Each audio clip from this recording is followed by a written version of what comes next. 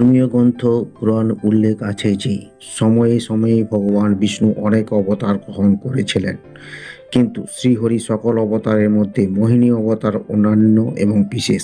এই অবতার ঈশ্বর একজন সুন্দরী নারী রূপে ধারণ করেছিলেন। আসুন জেনে নিই কেন শ্রীহরি এই অবতার গ্রহণ করতে হয়েছিল।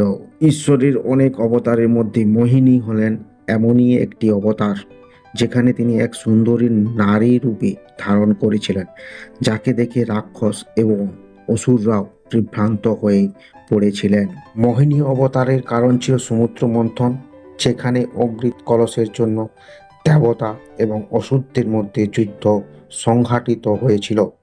যখন অসুররা অমৃত কলস দখল করার চেষ্টা করেছিলেন, তখন ঈশ্বর অমৃত কলসকে নিরাপদে দেবতাদের কাছে পৌঁছে দেওয়ার জন্য এই অবতার গ্রহণ করেছিলেন এবং চালাকির সঙ্গে দেবতাদের মধ্যে অমৃত বিতরণ করেছিলেন।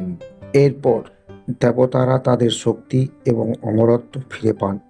ঈশ্বরের এই অবতার দেবতাদের অমৃত প্রদানের পাশাপাশি অন্য বার্তাও দেন এবং এর গুরুত্ব ব্যাখ্যা করেন।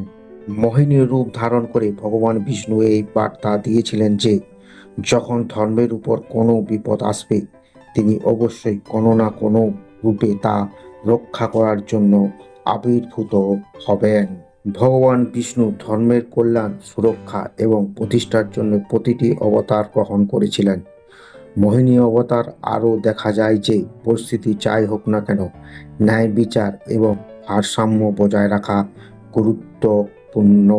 মোহিনী অবতারে ভগবান বিষ্ণুর বুদ্ধিমত্তা দেখা যায় যে যদি সঠিক সময়ে বুদ্ধিমত্তা এবং চতুরতার সঙ্গে সঠিক সিদ্ধান্ত নেওয়া হয়, তাহলে সবচেয়ে বড় সংকটও এড়ানো যায় এবং সাফল্য অর্জনও করা যায়। সমুদ্র মন্থন থেকে যখন অমৃতের পাত্র বের হয়, তখন তা পাওয়ার জন্য দেবতা এবং অসুরদের মধ্যে বিবাদ হয়। এরপর ভগবান বিষ্ণু মোহিনী রূপ ধারণ করেন।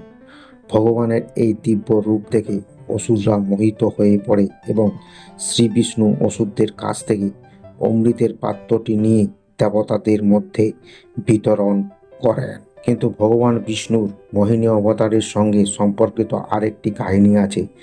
তা হলো ভস্মাসুরের হাত থেকে দেবতাদের রক্ষা করার জন্য শ্রীহরি মোহিনী অবতার ধারণ করেছিলেন। ধর্মীয় বিশ্বাস অনুসারে ভস্মাসুর বর পেয়েছিলেন যে তিনি যার মাথায় হাত রাখবেন তার মাথা ভস্মে পরিণত হবে।